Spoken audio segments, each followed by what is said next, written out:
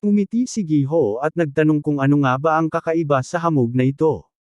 Ngunit pinayuhan siya ni Soso na mag-ingat dahil tila hindi ito isang ordinaryong hamog sa gabi. Samantala, napansin ni Yosong ang isang parolang nakasindi. Inisip niyang marahil iyon ang gabay nila sa tamang daan pababa. Ngunit hindi nagsalita ang dalawa tungkol dito, kaya't napansin ni Yosong ang kakaibang katahimikan at inisip na baka nagiging balisa na rin ang mga kasama niya.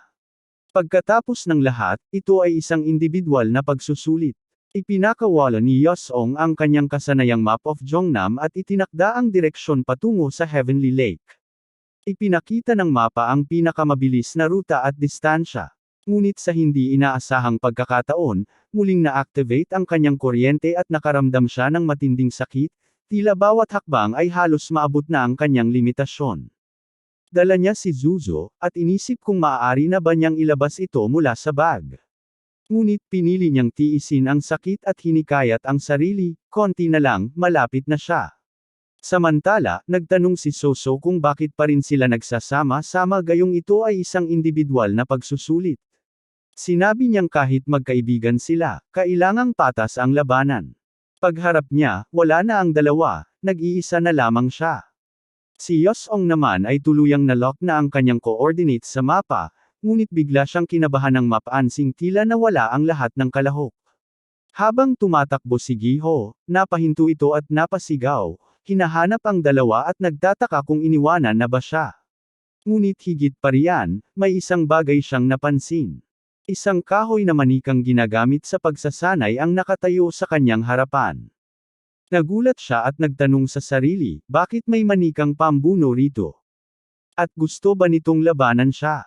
Sinimulan muli ni Soso ang kanyang paglalakbay sa landas na dati na niyang tinatahak. Habang patuloy siyang naglalakad, napansin niyang unti-unting tumahimik ang paligid, dahilan para makaramdam siya ng kaba. Napaisip siya kung saan nagpunta ang lahat, tila bigla silang naglaho. Habang tumitingala siya sa paligid, may nakita siyang bagay na pamilyar. Napahinto siya at tila nabigla nang makita ang isang punong sa pakiramdam niya'y nadaanan na niya kanina. Agad niyang inilabas ang kanyang kutsilyo habang iniisip na kahit maliwanag ang daan dahil sa mga oil lamp, posibleng may patibong sa loob ng makapal na ulap. Ginamit niya ang kutsilyo upang ukitan ang puno bilang palatandaan ng kanyang dinaanang lugar. Matapos iyon, muling nagpatuloy si Soso sa pagsunod sa liwanag ng mga lampara. Ngunit habang unti-unti siyang lumalayo sa punong kanyang inukitan, napansin niyang may likidong lumalabas mula rito. Ilang sandali pa, natuyo na ang likido. Muling tiningnan ni Soso ang marka at napagtantong tama ang kanyang hinala, ang mga oil lamp ay panlinlang lamang.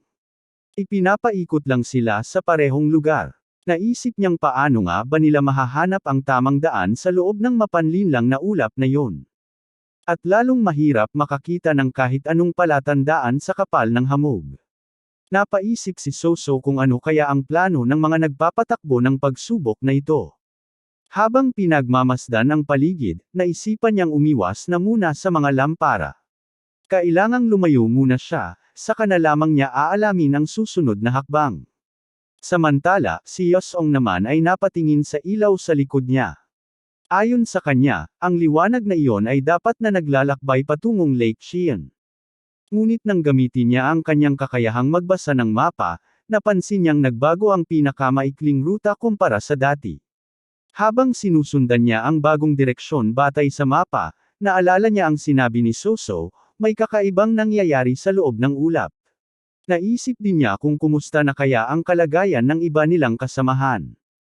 Bagamat madali para sa kanya ang sundan ang mapa, hindi niya maiwasang mag-alala sa iba. Ngunit bago pa man niya matapos ang kanyang iniisip, bigla na lamang siyang nakaramdam ng matinding electric shock sa buong katawan. Napaluhod siya sa lupa at naisip na sa kalagayan niyang iyon, sarili muna niya ang dapat niyang intindihin. Habang patuloy ang sakit, may napansin siya sa lupa, isang maliit na kahoy na manika. Pinagmasdan niya ito ng mabuti at nagtataka kung ano ito. Pakiramdam niya ay nakita na niya ito noon, hindi alam na bahagi pala ito ng susunod nilang pagsubok sa loob ng ulap. Sa kabilang eksena, isang kahoy na manika ang binubugbog, may sumisipa at sumusuntok dito.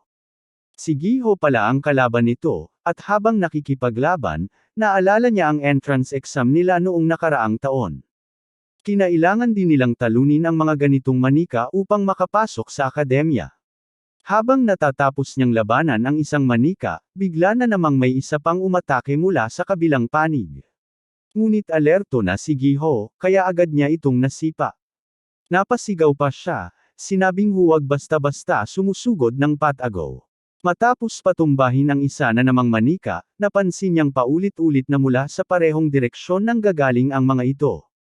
Inisip niyang maaaring iyon din ang direksyon patungo sa lawa. Dahil dito, kahit naiinis na siya, nagpasya siyang tapusin ang lahat ng mga dummy na iyon. Wala na siyang pakialam, handa na siyang sugurin ang mga ito lahat. Habang tuwang-tuwa at tila naiinis na rin si Giho, nagsimula na naman siyang umatake. Sa kabilang panig naman, isa pang grupo ng mga kahoy na manika ang lumitaw. Isang estudyante ang lumalaban sa kanila, si Soso. Makikita sa eksena na sinusubukan niyang desarmahan ang mga manika gamit ang kanyang mga binti.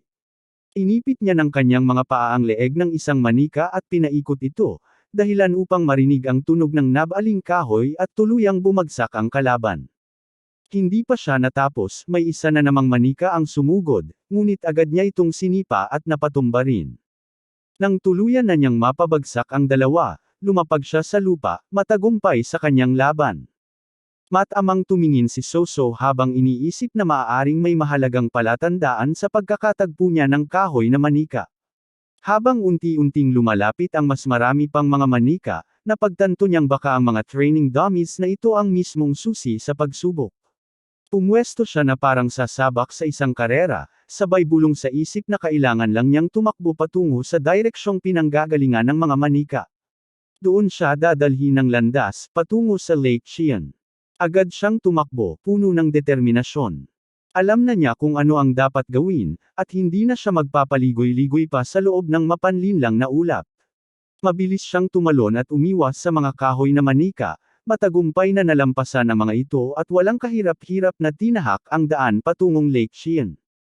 Samantala, sa ibang bahagi ng bundok, isa pang estudyante ang nakikipaglaban sa mga kahoy na manika. Halatang pagod na siya, ngunit may isa pang manika ang papalapit sa kanya. Bago pa siya makabawi mula sa huling sagupaan, itinulak siya ng isa sa mga ito at napabagsak sa lupa. Habang nakahandusay, napaisip siya na may isa na namang manika ang paparating. Pero sa kalagayan niyang iyon, ramdam niyang hindi na niya kakayanin pa. Nang magsimula ng umatake ang manika habang siya'y nasa lupa pa rin, agad niyang itinaas ang kanyang mga kamay at sumigaw, sinasabing hindi na niya kaya at sumusuko na siya. Biglang tumigil ang manika, na parang automatikong umayon sa kanyang deklarasyon. Maya-maya, dalawang tagamasid na tagasuri ang bumaba upang tingnan ang sitwasyon. Isa sa kanila ang nagsabi na kung magpapatuloy sa pagsuko ang estudyante, si Jinyo mula sa Qianbang Academy, ay automatiko siyang maaalis sa pagsusulit. Muling tinanong ng tagasuri si Jinyo kung nais pa rin ba niyang sumuko.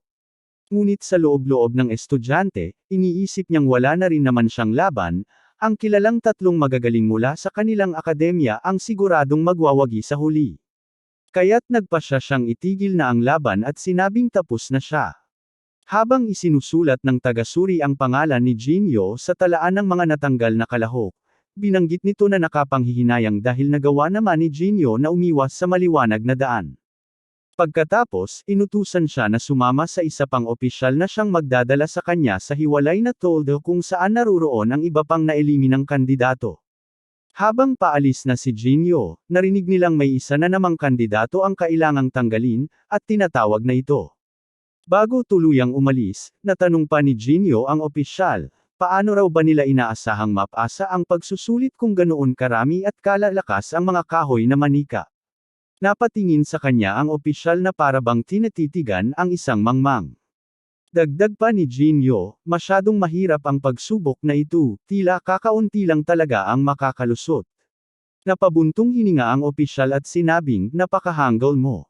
Ipinaliwanag niya na ang tunay na layunin ng pagsusulit ay masubak ang kanilang kakayahan sa paggalaw. Hindi nila kailangang labanan ang mga dummy. Ang dapat nilang ginawa ay takbuhan lamang ang mga ito at dalhin pabalik ang bandila. Idinagdag pa ng opisyal na ang ganitong klaseng hamon ay sinadyang ihanda upang maipakita ang iba't ibang antas ng kakayahan ng mga kalahok.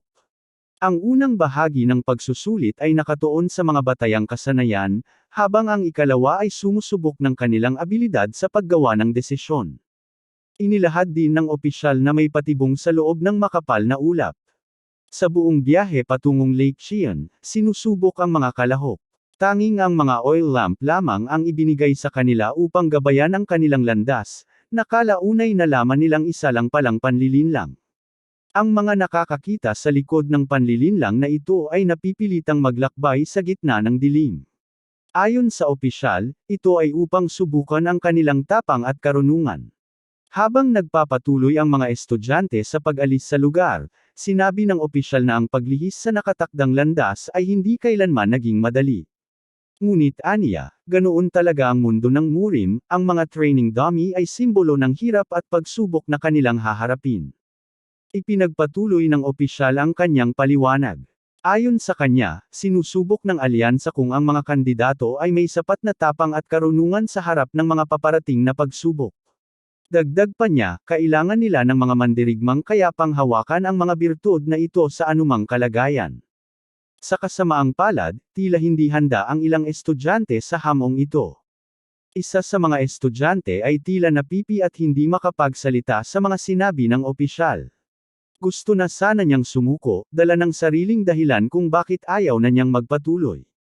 Ngunit sinabi sa kanya ng opisyal na tumingin siya sa mga natitirang mandirigma, ang mga kabataang iyon ay nakakahanap ng sistematikong paraan upang malagpasan ang pagsubok. Samantala, sa ibang lokasyon, napansin ni Soso na hindi na siya hinahabol ng mga kahoy na manika. Sa halip, patuloy lang ang mga ito sa pagtakbo at tila lumalagpas na lang sa kanya. Sa kabilang banda, si Gihon naman ay gumamit ng brute force sa halip na ang estratehiyang ginamit ni Soso. Habang si Yosong ay patuloy na naghihirap sa hatol ng kuryente sa kanyang katawan, nagpatuloy pa rin siya sa pagtakbo sa tanging landas na alam niya. Halos nandoon na siya sa destinasyon. Ngunit ang tunay na nagtulak sa kanila upang makarating sa dulo ay ang hindi matitinag na determinasyon. Sa wakas, nakarating si Yosong sa lugar ng lawa. Inakala niyang siya ang unang nakarating doon. Ayon sa kanya, nahirapan siyang tumakbo sa buong daan, at marahil ang mapa ng Jungwon ang nagbigay sa kanya ng shortcut. Habang papalapit siya sa bandila, napansin niyang nagyelo ang lawa. Namangha siya sa pagkaalam na nagyelo ito ng solid sa loob lamang ng isang gabi. Dagdag pa niya, buti na lamang at hindi na niya kailangang lumangoy sa ganitong lamig. Habang naglalakad si Yosong sa nagyelong lawa, bigla niyang napansin na may lamot na nabubuo sa yelo. Samantala, bumalik ang eksena sa estudyanteng hindi nakapasa. Nagtanong ito sa opisyal kung iyon na ba iyon, ang pagkuhalang ba ng bandila ang kabuuan ng pagsubok. Nagbalik tanong ang opisyal kung ano ang ibig niyang sabihin. Ipinaliwanag ng estudyante na akala niya ay matatapos na ang pagsubok kapag may kandidato nang nakaabot sa Lake Cheon. Ngunit tinignan siya ng opisyal na tila may pag-aalinlangan. Sinabi na may mas malalim pang dahilan sa likod ng lahat ng ito, isang bagay na hindi basta mauunawaan ng sinumang estudyante. Dagdag pa niya, tanging ang mga makakarating sa Lake Cheon ang makakatuklas kung ano ang tunay na naghihintay doon. Habang tinititigan ni Yosong ang mga bandila, inisip niya na ito na marahil ang pinakamahirap na bahagi ng pagsubok. Bigla siyang nabigla nang may marinig siyang sigaw, Storm Dragon ng Soan. Paglingon niya, nakita niya ang lalaking may buhok na parang pinya, at halatang nainis si Yosong na pati ang maingay na iyon ay nakarating din. Sumigaw ang lalaki at sinabing huminto si Yosong. Habang papalapit, ngumiti ito pero halatang nagtataka kung paano nalaman ni Yosong ang shortcut papunta sa lawa, gayong siya man ay hirap na hirap hanapin ito. Ngayon, nagsimula na rin itong tumakbo papunta sa bandila, determinado na hindi hayaan si Yosong na mauna sa pagkakataong ito. Ginamit ng lalaking may buhok pinya ang kanyang Northern Celestial Steps, at nakita ni Yosong na bigla itong lumipad sa ere at lumampas sa kanya. Pagbagsak nito sa lupa, ginamit naman niya ang isa pang kasanayan, ang Shadowless Ethereal Steps. Namangha si Yosong sa kanyang nakita. Alam niyang iyon ay mga hakbang mula sa Jongnam Sect. Nasabi niyang marahil nga ay hindi basta-basta ang lalaking iyon, siya marahil ang tunay na anak ng panaginip ng Jongnam. Lam Inga ang lalaking may buhok pinya at tumawa ng arrogant. Sinabi niyang sa wakas, lumabas na rin ang pagiging inutil ni Yosong. Dagdag pa niya, ang pagtakbo sa yelo ay dapat madaling gawain para sa isang tunay na master ng martial arts. Patuloy siyang tumakbo at ipinahayag na sa wakas, ang unang pwesto ay kanya na. Habang pinapanood siya ni Yosong, tahimik niyang pinagdadasal na sana madulas at matamba ito. Ngunit bigla siyang nakaramdam ng kakaiba, tumitig siya sa unahan. Pati ang lalaking may buhok pinya ay tila nakaramdam rin ng kakaiba. Bigla, mula sa kung saan, may dalawang kamay na lumitaw at handang umatake. Tinamaan sa likod ang lalaking pinya ng isang kasanayang tinatawag na Celestial Talon Claw of the Falcon. Nabigla siya, at bumagsak sa nagyelong lawa, na tila nabasag sa kanyang pagbagsak. Isang matandang lalaki ang umatake, at tila handa pa siyang gamitin ang isa pang kasanayan. Habang nagsisimulang lumikha ang matanda ng malakas na hangin na dumiretso kay Yosong, ang lalaking pinya naman ay nahulog sa ibabang bahagi ng lawa. Naramdaman ni Yosong ang malakas na hangin at nagtatakang nag-isip kung ano ang ginagawa ng matandang ito roon. Ngunit nang makita niya ng mas malinaw ang mukha nito, nakumpirma niyang ito ay si Taegong Qian, ang mismong master ng Qianbang Academy. At tila may kakaibang kapangyarihang bumabalot dito, na para bang sinasapian siya ng kung anong puwersa.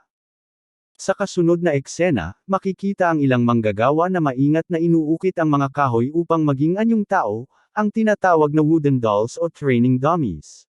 Isa-isa nilang hinuhubog ang katawan nito, at nililikas sa loob ang isang masalimuot na sistema ng sirkulasyon para sa gi. Pagkatapos nito, may ibinuhos na mangkok ng tubig na may halong gi papasok sa loob ng wooden doll. Unti-unting bumalat ang enerhiya sa buong katawan nito, at dito nabubuo ang isang pansamantalang kopya ng may-ari ng gi. Samantala, sa isang lugar kung saan nag-uusap at naghihintay ang mga matatandang pinuno, napansin ni Elder Qian ang ginamit na teknik sa mga wooden doll. Aniya, ang teknik na iyon ay nagmula sa demonic cult. Ipinaliwanag ng dakilang elder ng Jongnam na ginamit ng kultong ito ang naturang pamamaraan noong panahon ng sinaunang digmaan. Gayunman, ang mga kopya o clones na nalikha sa paraang iyon ay masyadong mahina at hindi tumatagal kaya hindi naging praktikal gamitin.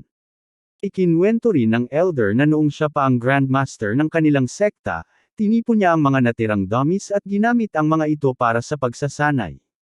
Mula noon, ang Jongnam sect na lamang ang tanging gumagawa ng mga ganitong uri ng training dummies. Dagdag pa ng dakilang elder, ang kasalukuyang grandmaster ng alyansa ang humiling na gamitin ang mga dummies sa Dragon Phoenix exam, at pumayag naman sila. Umiti lang si Elder Qian at sinabing mukhang mas mahusay ang ginagawa nila ngayon kumpara noong siya pa ang namumuno. Pabirong sinabi naman ni Elder Moon na dahil sa karunungan ni Elder Qian, naging ligtas ang pagsasanay ng kanilang mga disipulo gamit ang mga dummies. Bukod pa rito, nakalikom din sila ng sapat na yaman upang makipagsabayan sa siyam na sekta. Biglang naitanong ni Elder Qian kung kaninong gi ang ginamit para sa paggawa ng mga wooden dummies para sa pagsusulit ngayong taon. Sumagot si Elder Moon na karamihan sa mga ito ay nilikha gamit ang gi ng kanilang matatandang disipulo mula sa grupong Heavenly Oracle. Ngunit may isa umanong dummy na nilikha sa ibang paraan. Napatingin si Elder Qian sa kanila at nagtanong, iba. Ipinaliwanag ni Elder Moon na noong nakaraang taglamig, bumisita si Taegong Qian upang humiram ng ilang dummies. Nagtanong ang dakilang elder ng Jongnam kung si Taegong Qian ba ang pinuno ng Qianbang Academy. Tumango si Elder Moon at sinabing kapalit ng mga dummies, nagkaroon sila ng pagkakataong makuha at maiimbak ang gi ni Taegong Qian. Tila kinumpirma ni Elder Qian, ibig sabihin, may isang dummy na ginamit ang gi ni Taegong Qian. Ipinaliwanag ni Elder Moon na nais nilang magkaroon ng training dummy na kayang gamitin ang mga teknik ng Mount Hua, ngunit kilala ang sekta bilang isolationist. Kaya ginamit nila ang gi ni Taegong Qian, sapagkat siya ay miyembro ng sangay ng Mount Hua. Hindi nila inaasahan na marami palang magagaling na disipulo ang kanyang akademya. Napangiti ang dakilang elder at pabirong sinabi, mukhang tayo pa ang ginamit nila sa pagkakataong ito, Grandmaster Quan. Ngunit giit ni Elder Moon, hindi pa tapos ang pagsusulit. Buo ang kanyang tiwala na sa pagkakataong ito, ang pineapple guy ang mauuna sa ikalawang bahagi ng pagsusulit. Ngunit sa sumunod na eksena, makikitang lumubog sa malamig na tubig ang pineapple guy. Bigla na lamang lumitaw mula sa tubig ang lalaking may hawak na pinya at sinabing napakalamig ng tubig. Habang tumatayo ito, tinukso pa niya si Yosong, at sinabing habang abala raw sila sa pakikipaglaban, siya naman ay kukunin na ang watawat. Samantala, sa kabilang banda, mukhang nahihirapan na si Yosong.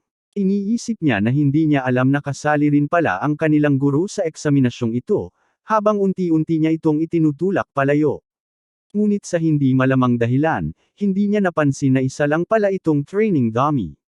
Sa kalagitnaan ng labanan, bigla niyang naalala si Soso, ang babaeng mahal niya, dahil ama nito ang kanilang guro. Mabilis siyang umatake, habang nagtataka kung bakit biglang pumasok si Soso sa isip niya. Naisip din niya na tila si Taegong Qian ang kaharap niya ngayon, kaya't kailangan niyang ibigay ang lahat ng makakaya. Mabilis na nawala si Yosong sa paningin at iniisip niya na sapat na ang distansya niya para makaabot sa kalaban. Habang inaatake na niya ang kahoy na manika, nag-alala siya kung paano nila ipapaliwanag ang nangyaring ito kay Soso, lalo pat tinawag niya ito habang ang kanyang kanang kamao ay sumuntok na sa kanilang guro. Ngunit biglang gumanti ang kahoy na manika gamit ang isang mabilis na uppercut. Gamit ang parehong teknik na tinatawag na Celestial Snow Blossom, nagpakawala ito ng napakalakas na ihip ng hangin. Tinangay si Yosong pataas at naisip niyang kulang ang lakas ng kanyang atake. Habang ipinagpapatuloy ng kahoy na manika ang kanyang teknik, si Pineapple Guy naman ay nakarating na sa watawat.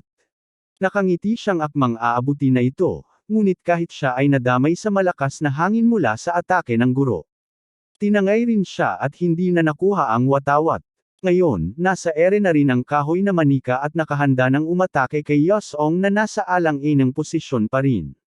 Halatang hirap si Yosong na makareact at iniisip niya kung dapat ba niyang iwasan o tanggapin ang atake.